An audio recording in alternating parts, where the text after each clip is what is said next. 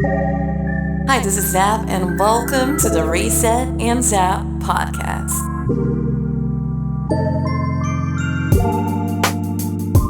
I just need a reset. No, it's not enough to press pause. I think I need a reset. I need a reset. Give me a reset.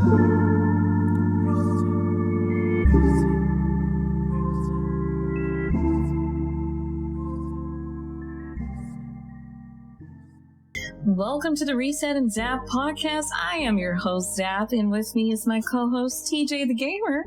I'll be discussing, as always, some topics that are of utmost importance, but above all, they're fun. They're just fun. TJ, you want to say hi to our listeners? Hey, everybody, what's up? It's your boy, TJ. Yes.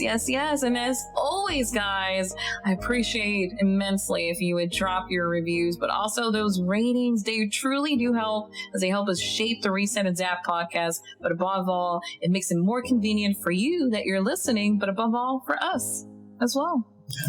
Today we have a fast forward.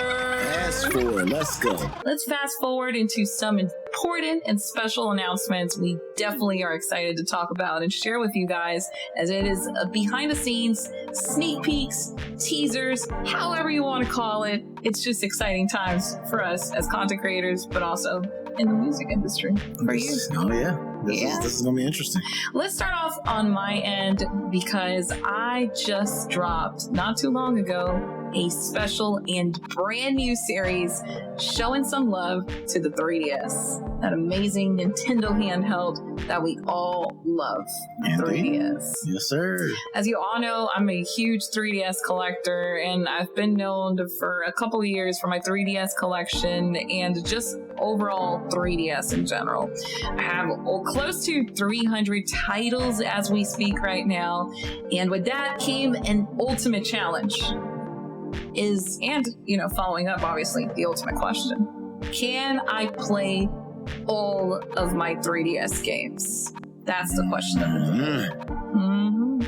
That's a journey, all right. That's a journey, all right. 300 titles. What do you think? You think I can do it? I think you can do it. I think it's going to take some time, but we're going to get there. A lot of grinding. For sure. Probably a lot of tier sessions. Yeah.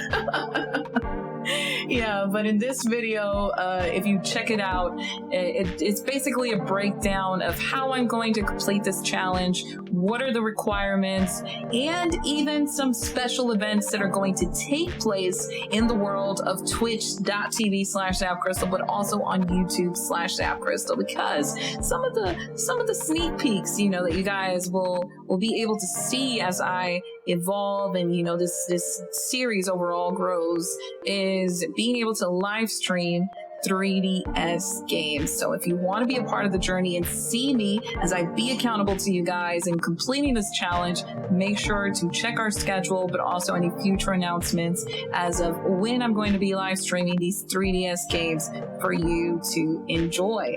But also following up with the Master Sword music world. Yes. We have some special collaborations and projects in near horizon, and that is about a dual album. This is true. We are working on here over at Master Sword Music. For those of you who don't know, we make music for gamers, and these next two projects that I have in the works are very, very, very special. The first one being my next project, which is going to be titled All About You. And this album is basically going to be the story of how I met ZapCristal, how I fell in love with ZapCristal, and how that story ends. Ooh. So it's a very, very personal story. Of course, doing the gaming themes that I've always used before. But this time, the whole album basically tells a story. And it is a story of how I met and fell in love with ZapCristal. Interesting. Kind of like watching a movie. Yeah, that's kind of the premise, actually. So it's going to be very interesting to see how that comes together. Interesting. And even going further beyond that, a follow-up project after that is going to be another album from ZapCristal. From me? Little old me? Yes, that's right. ZapCristal is going to be doing another album. We will hold on to the name of the title for that for now. Yeah, it's pending for now. Title pending, even though we have one. We're just not going to reveal it yet. Yeah, Can't give you everything. Yeah, we can't give you all the details. But this album actually is kind of going to act as a part 2 to my project. Interesting. Where basically we get to hear the story from that point, but from her perspective. Yeah, which is really, I'm super excited for this because, like you said, it's part 2 of this narrative. And where did it stop, or where does it continue? Where are we heading to? You know, and this storytelling musical album, you know. But then also sharing it, like you said, from my perspective, but then afterwards from both of our perspectives. This is correct. So we're blending in our taste in music, which is very different at times. Yeah, it is actually. We're putting our creativity into work, as you and I both are writing. Oh, yeah. You creating the ideas I have in mind and producing the beats I need for it. And just overall helping me, shape and form the direction I want to go when it comes to the album. Yep, that's right. I will be producing this album for ZapCristal. And it's been so far, the process has been very exciting, very fun. We're learning more about each other throughout this process. And we're developing something I think is going to be very special and unique. So I'm very, very excited about these next 2 projects as they come. And there's a lot of music coming your way from Master Sword Music. We got a lot coming down the pipeline, and these are just 2 of the major projects that we're working on. But there's even some side projects coming in the future as well. So there's definitely a lot happening over at Master Sword Music. Yeah, so it's exciting that we get to still be creative and experiment and just fuse both of our I like to call it masterminds, you know, and just create a really unique project that hopefully you all will enjoy very, very soon. And with that, let's now transition into my favorite segment, because it's the whole highlight of this podcast, where we get to reset. It's the reset. Reset. Let's do it. And talk about very important and more serious discussions, of course. And I like to call this the following way. Sometimes you just have to take a chance. You just gotta go for it. Just gotta go. Just take it. Grab it. Go for it. Reach for it. Yeah. Sky's the limit. Pretty much. In my eyes, this topic actually kind of hits home a little hard for me, because are we going on an emotional journey? So I said, do I get this? Is this where I get to go? Yeah, this is the one where we're gonna. I get to go a little bit. A little bit more personal. A little more personal. Yeah, okay. not just from a YouTube standpoint or the business approach, but just sharing our personal lives. All right. Well, here we go. The reason why this topic hits home for me, because it basically is the story of my life. Having to take a risk in order to get the things out of life that I want. And this journey starts with me. For those of you who may not know, that I am not from Texas. I actually am from the state of Virginia. And this story goes back about 2 years. 2 years ago, I started my YouTube channel, Master Sword Music. And I started, creating this music and doing what you guys, know me for now. And through that journey, eventually I met someone special. I wonder who. Yeah, I wonder who that is. I met ZapCristal. And I saw the things that she was doing, and I instantly fell in love. I don't know, it was something about her that was just so different and so special than anyone that I ever met. I'm kind of intrigued to this story, though I've kind of heard it, so I'm going to be quietly listening. And, at the time, it just is what it is. At the time, we both had our own situations going on. So at that time, we were just friends.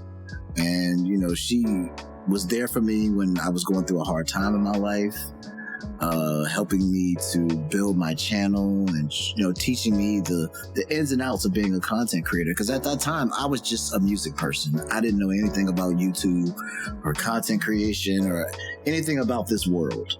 And she was there for me and really assisted me quite a bit. And throughout that process, my feelings for her increased and continued to grow. Some of you may know a little song that I wrote about a year ago entitled 3DS, which was basically a song that I wrote because, I knew that she was a big fan of the 3DS, and it was kind of a way to tell her how I was feeling without really telling her. So without going into too much detail, things continue and both of our situations started to change. The situation that I was in was not a healthy one. And so I decided that it was time for me to move on from that. And same thing on her side. She, was in a situation that wasn't, healthy for her. And she decided to walk away from that situation. And throughout that process, we became closer and closer. And that friendship turned into something else. And before I knew it, I realized that I was in love with this woman who I've never met, who lived 1,000 miles away from me. And I wanted to be with this person, but in order for that to happen, I would have to take a chance. Oof. So that brings us to where this topic begins. And I made a decision that if she would have me, that I would leave my life behind in Virginia and that I would move to Texas to be with her so we could build on what was growing with us. And one day she told me that she was ready and that she, wanted me to be there with her. So that same day, I packed my bags, I got a flight, and I didn't tell anybody what I was doing or where I was going. Nobody. And the next day I woke up and got on a plane and I flew to the state of Texas, where I currently now reside with her. And I say all that to say this. In life, sometimes things aren't easy. Sometimes in life, things are challenging and it may be frightening, quite frankly. We both put ourselves in situations to be very vulnerable, and we open ourselves up to something that we had no idea how it would end. But at least on my end, I can say that it is a decision I do not regret. I am so happy to be here to start my life brand new with her. Our friendship has grown into a love, and that love has grown into what will be a marriage. Yeah. So weird. It's so weird. It still feels very surreal to see where this started because, we were just friends. We were just truly friends who had nothing but respect for each other and admired each other's talents and were supportive, of our own careers, of our own journey. And now even doing a podcast with you and sitting here and talking to you, seeing where we've grown and where we're heading to is very surreal. It is. Like she said, we were really just friends. I actually looked up to her as a content creator because I was there before, she really had her big blow up when all the 3DS stuff went down. So I had met her before that. And after a while, I had decided to take a break from YouTube. And when I came back, she was at a whole nother level. She had blown up to the degree that she is now. And I even reached out to her and was like, wow, it's so amazing to see how much you've grown. I'm so proud of you. You're really doing your thing out here. I'm coming back to the scene now. I'm going to try to, I really looked up to her and I aspired to be what she is. And to this day, she's still teaching me and showing me the way. And it's been crazy to see how much alike we are, but how different we are at the same time. And just like I said, I kind of always had these feelings for her, but I kind of kept them to myself. Yeah. And to now be in a place where those feelings are open to the world now, and also where they're reciprocated, where she feels the same way about me. And it's just, if I hadn't taken the chance, if I hadn't just said, you know what, sometimes you just got to take a chance. If I didn't do that, I don't know where I would be currently. I would be in a situation where I was unhappy, alone, and I probably wouldn't still be doing YouTube or making music or doing this podcast or going to all these cons and doing all these, even outside of gaming, just doing things together. We've been to museums and opera shows, and we'll hit the club if we want to, and just like living our lives and like being free and just being open to be who we are and what we want to be.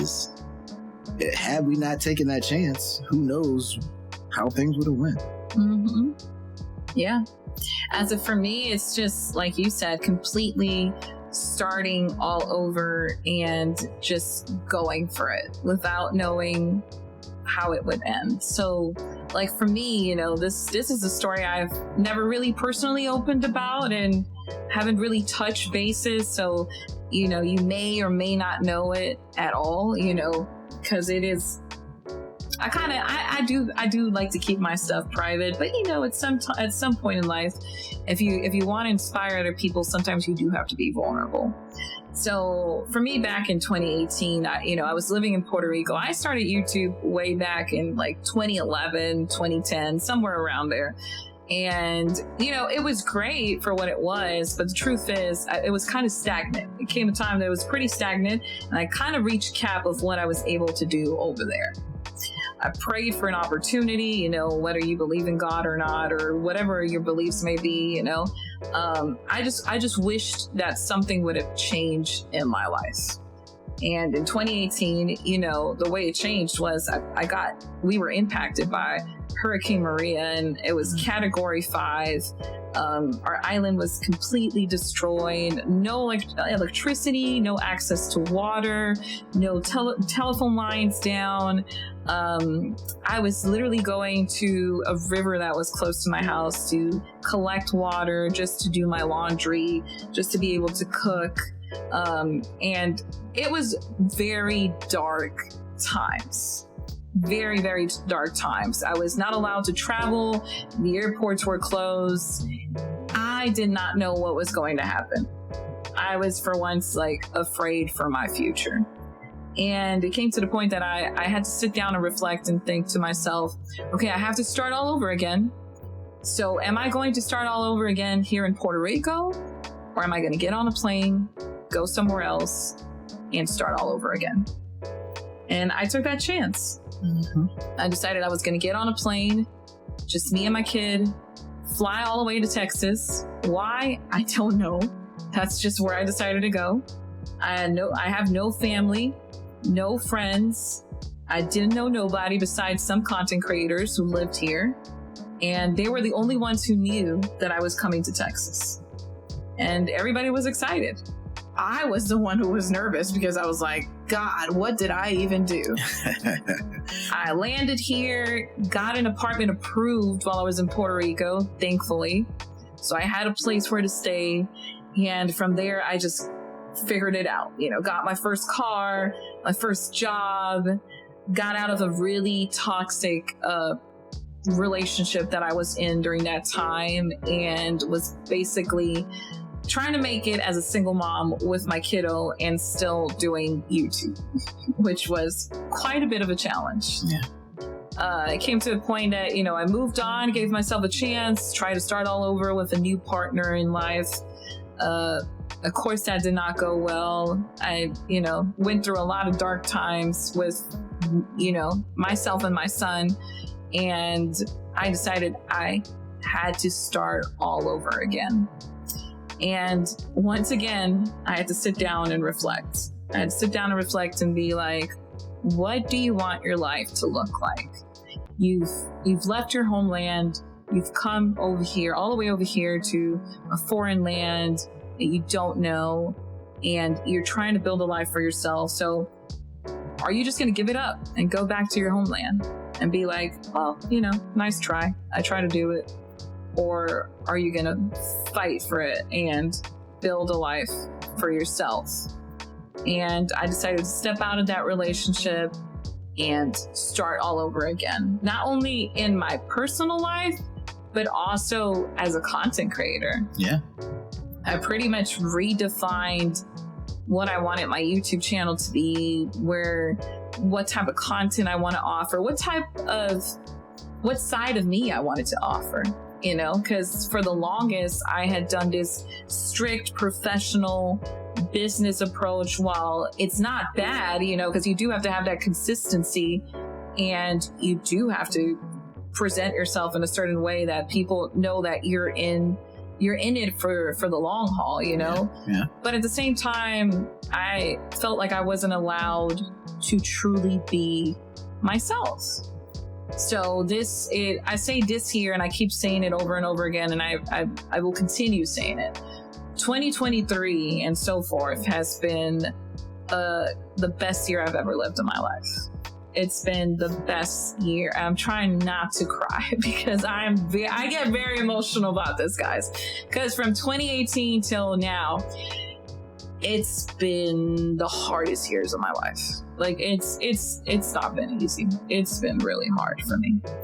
And to say now that this year it's completely flipped, and I'm living in a golden era where I'm being allowed to change. I'm being transformed. My way of seeing life has completely changed. I'm being able to experiment with my content. I've seen such a great support from my community that I never thought I would see before. The support has been incredible. Yeah. At some point, I think I might have underestimated how much people truly love me. I think we both did. Yeah. We had this conversation before about how we were even scared about, opening up and talking about certain things, being vulnerable, being open and accountable to people, and just seeing how people would react to it, from what we had in mind to the reality of it. It's totally different. It was totally different. And I have to say that for once in my life, I am truly living life, because if any word I were to use to define what my year is balance. That's a good one. I like that. Yeah. But also, what the other word would have to be? Reset.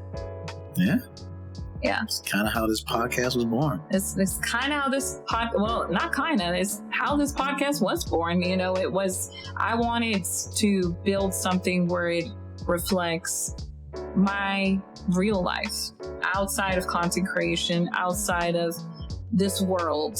I just wanted to bring more of myself and show you guys that it is possible to reset and start all over again with a happy ending towards the end. Yeah. But if I had not taken that risk of, making those hard decisions that needed to be made during that time, then, like you said, only God knows where I would be right now. So sometimes you just have to take a chance. Not only in your personal life, it could be even in your business life. Like right now, let's talk about content creation. If you're not enjoying what you're doing, sometimes you just gotta take a chance. Try something different. It can be scary. It can be very scary at times. Even for me, like right now, I can personally say, like, after so many years, getting used to doing a sort of format, a type of content that I'm already familiar with, I'm knowledgeable, it's kind of my area of expertise, stepping out of my comfort zone. Oh yeah. And trying something different and new can be scary.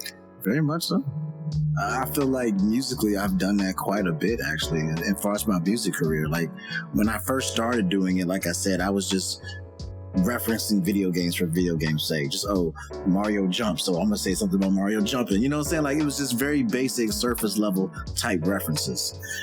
And then later on in my career, I started telling stories with my music, using video games as a reference for those stories. And then those stories started to become more personal about me and what I was going through and things I was dealing with. And, you know, sometimes I would do stuff that some people might consider risque or a little adult or whatever the case may be. But it's like, these are all representations of who I am. And, you know, the things that I love and the things that I do and what is going on in my life.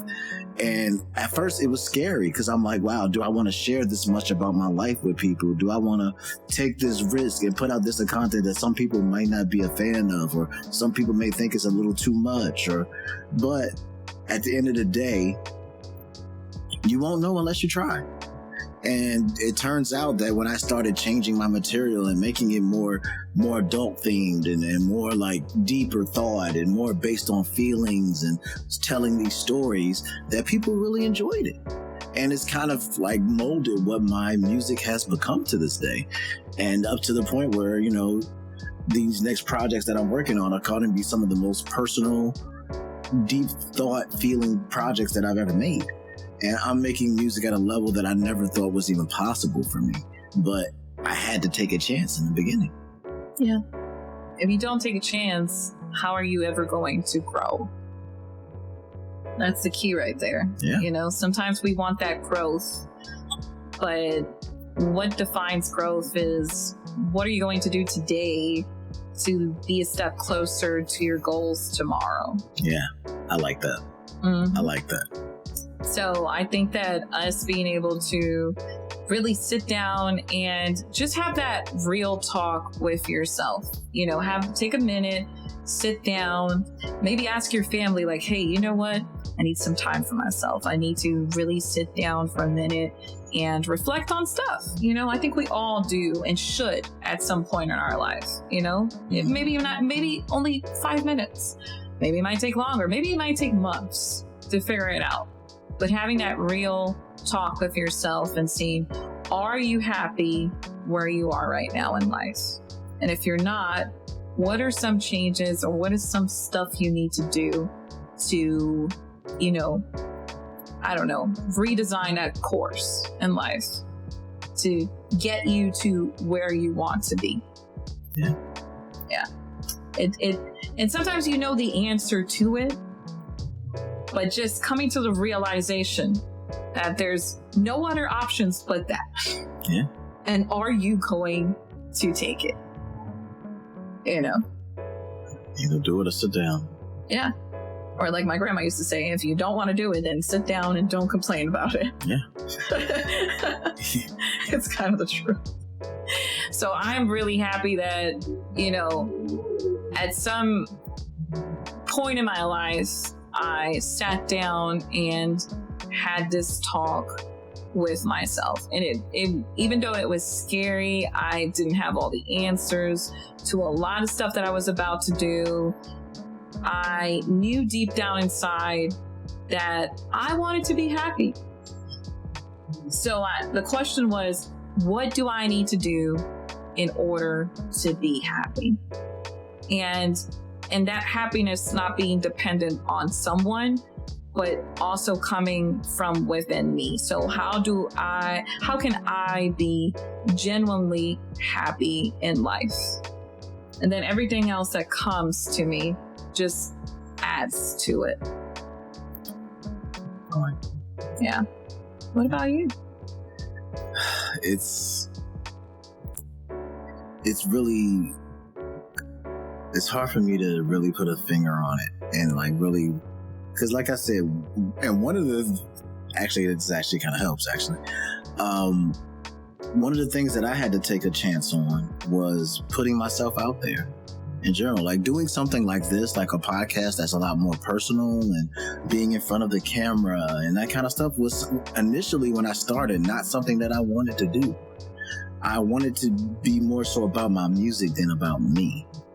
As we talked about on the previous podcast, it's more about the brand than the product. Mm-hmm. And when I learned that, it was like, okay, like in order for people to invest in what I'm doing, they need to invest in me first. And that's actually something that you taught me was that I just needed to put myself out there. And even though that was very scary for me, the way I always look at people who want to teach you something is that person successful at what they're doing? If that person is successful at what they're doing, then you should probably listen to the advice that they give you, because obviously they know what they're doing. Mm-hmm. So when of course at that time you were doing quite well and you continue to do well. So it's like, why would I not listen to somebody who is successful in the field that I want to be successful in? So I took a chance and I put myself out there. I started, changing my format and putting myself on the thumbnails and being more open and telling my stories and telling my truth and being more sociable on social media and just giving people more of who I am. And from that, people started to invest in what I did. And like you said, you got to take that chance sometimes and just try something different, because had I not done that, I probably wouldn't have grown at all.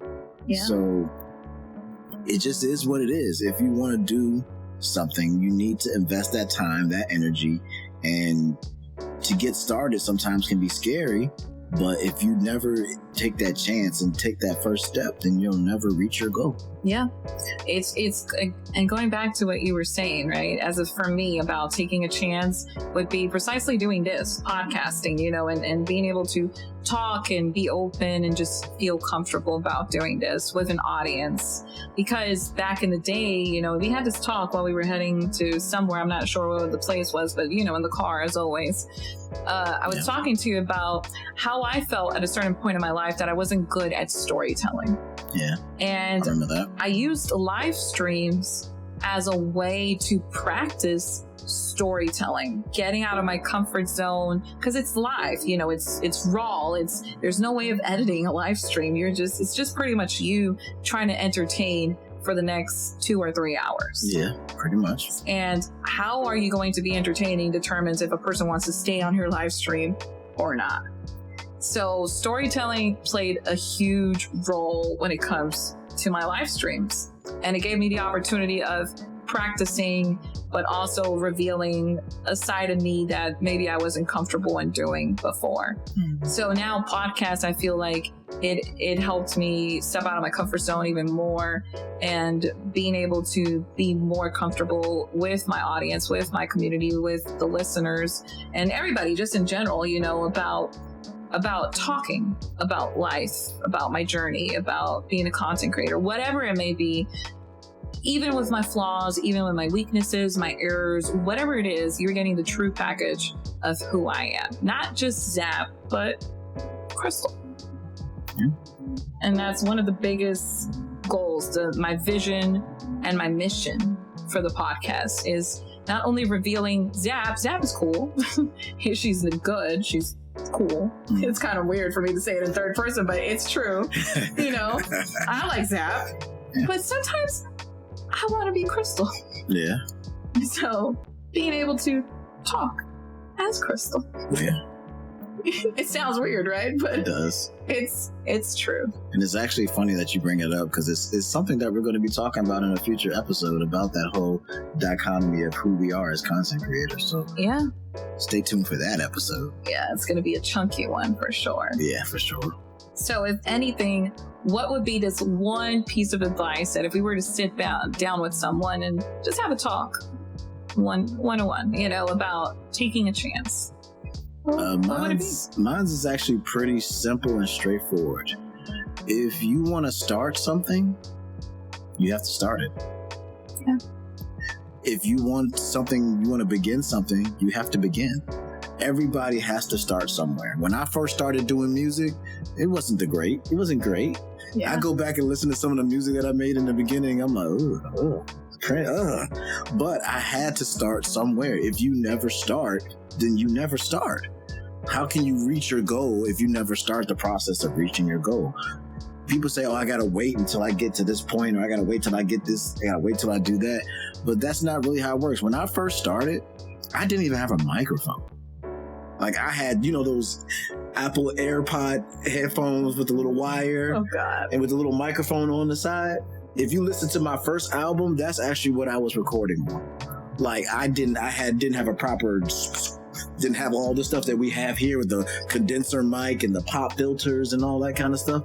That's stuff that I got later on in life. But when I started, I had a laptop and I had a pair of Apple earphones. Mm-hmm. And I started from there, and I built my whole channel from there. And I just would add equipment here and there and build up. But if you're waiting for you to get those fancy equipment or to get the fancy software, or like, we used to joke all the time about once I got my hands on some real video editing software, what I was able to do with it. Because when I first started, I was using, the basic, very basic free software. iMovie.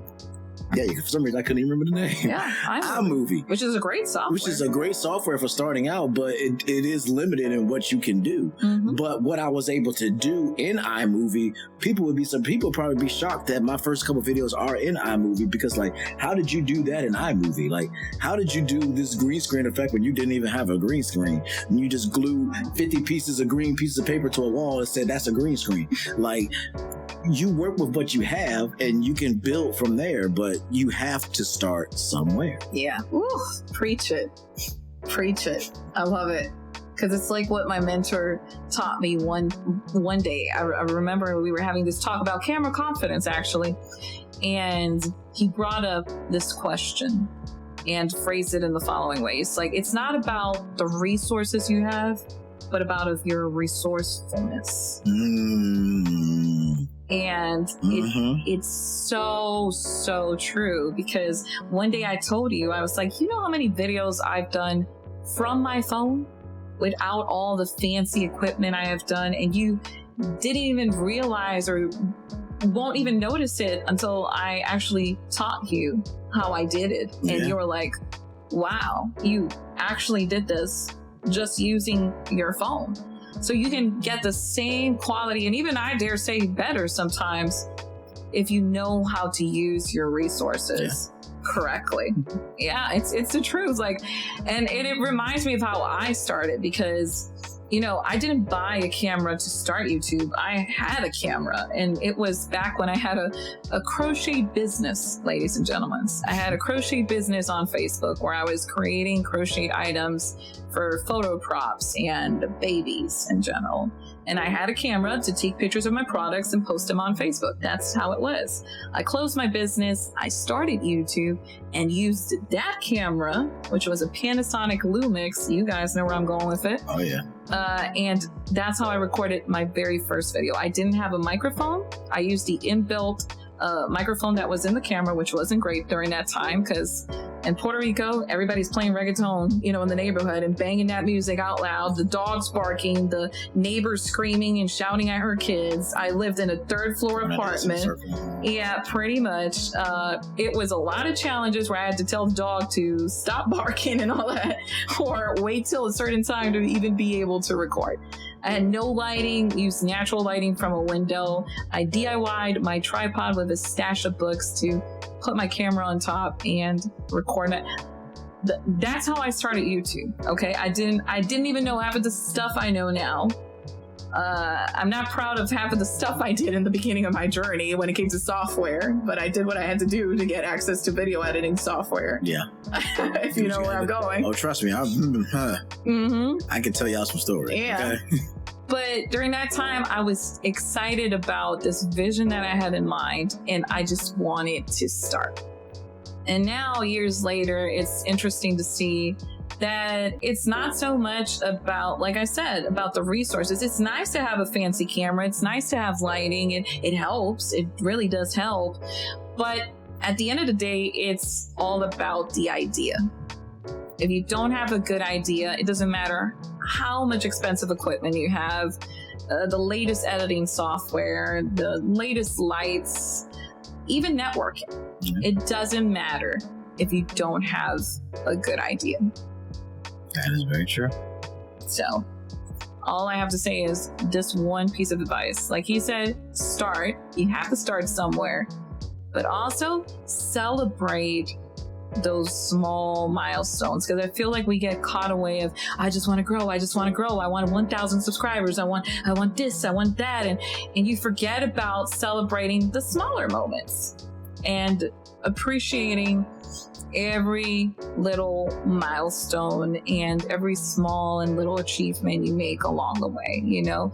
And if you get carried away by this grand goal and vision or dream you have in mind, sometimes you can be ungrateful and feel depressed and think like you're stagnant and not really growing. But the truth is, you are growing. Here's the thing. This is my piece of advice, and this is how I'm going to condense it. Strive to be 1% better every single day. That's it. Don't try to do it all. Just strive to be 1% better. Don't try to tackle all your problems at once. Think about if you're doing a video, okay, what's that one thing I want to focus on? Okay, storytelling. Okay, my next video, I'm gonna be better at storytelling. My next video, what would lighting? Can I do a better job with my lighting? Strive to be 1% better with your lighting, you know. Next video, I kind of want to experiment a little bit with my video editing. I have this concept in mind. Can I pull it off? Strive to be 1% better with your video editing software. Always tackle problems one step at a time and just enjoy the process. Enjoy the process. I think that's good advice. Which leads to, can we press play? Can we press play right now? Let's do it. Press play. Press play. Boy, am I excited to talk about this right now, because in this segment, we get to talk about gaming, but in a different way. And that is, let's talk about prime locations, secret locations, maybe locations you don't even know about, that is surrounded in gaming.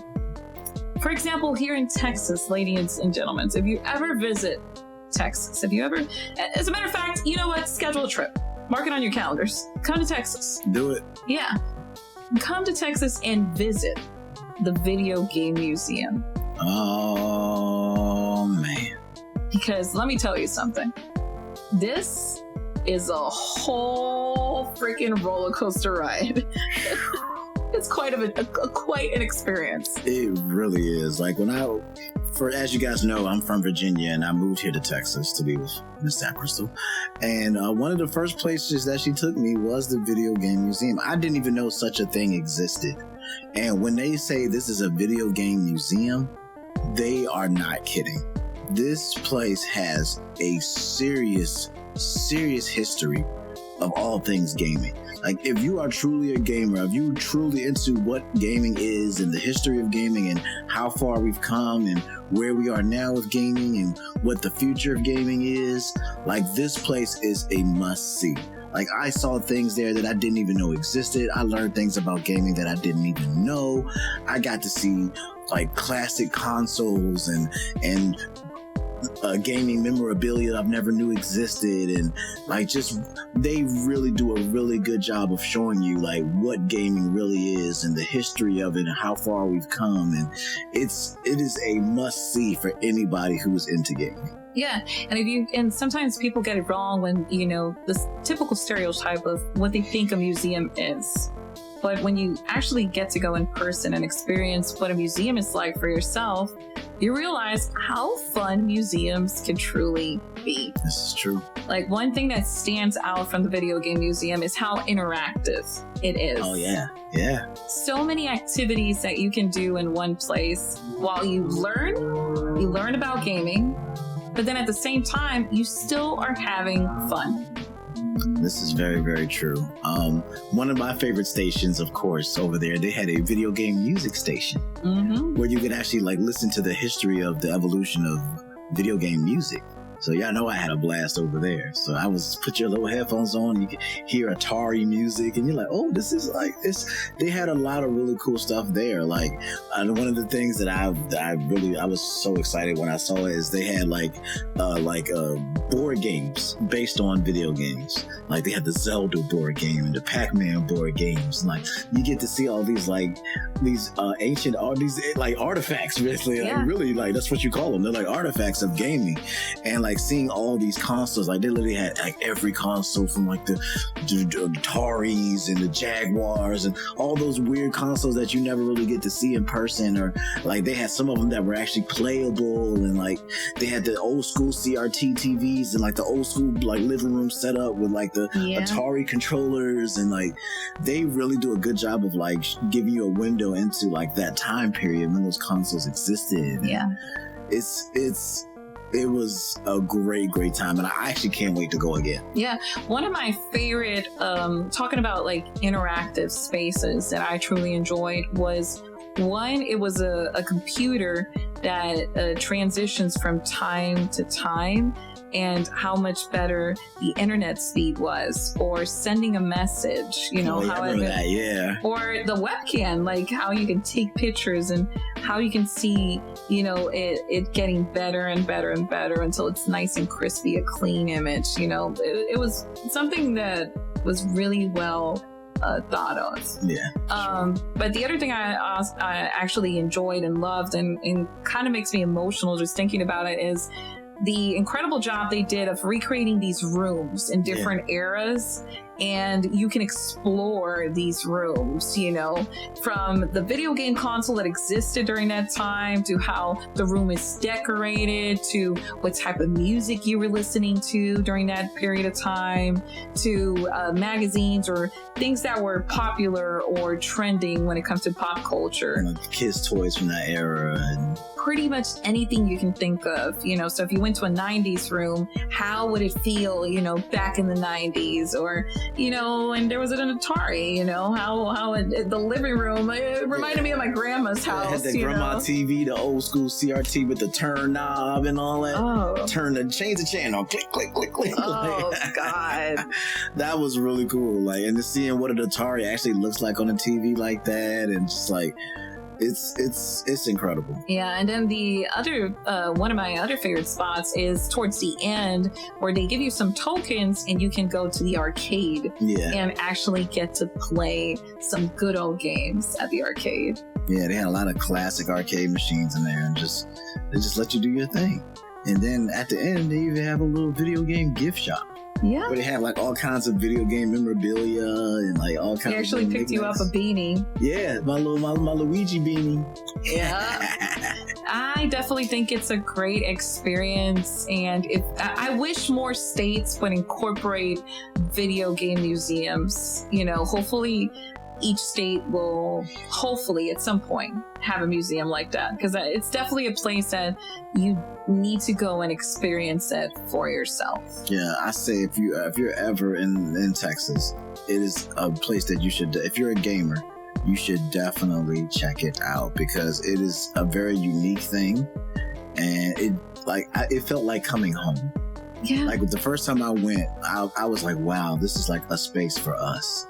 Like a space for gamers to really come together and be like, look at the history of what we've done, and look at the history of how far we've come, and look at what gaming is and was and has become and is becoming. And it felt like coming home. Yeah, you said it well. It's just basically teaching us to be grateful and be thankful for this hobby that we can say we still are able to enjoy. Yeah.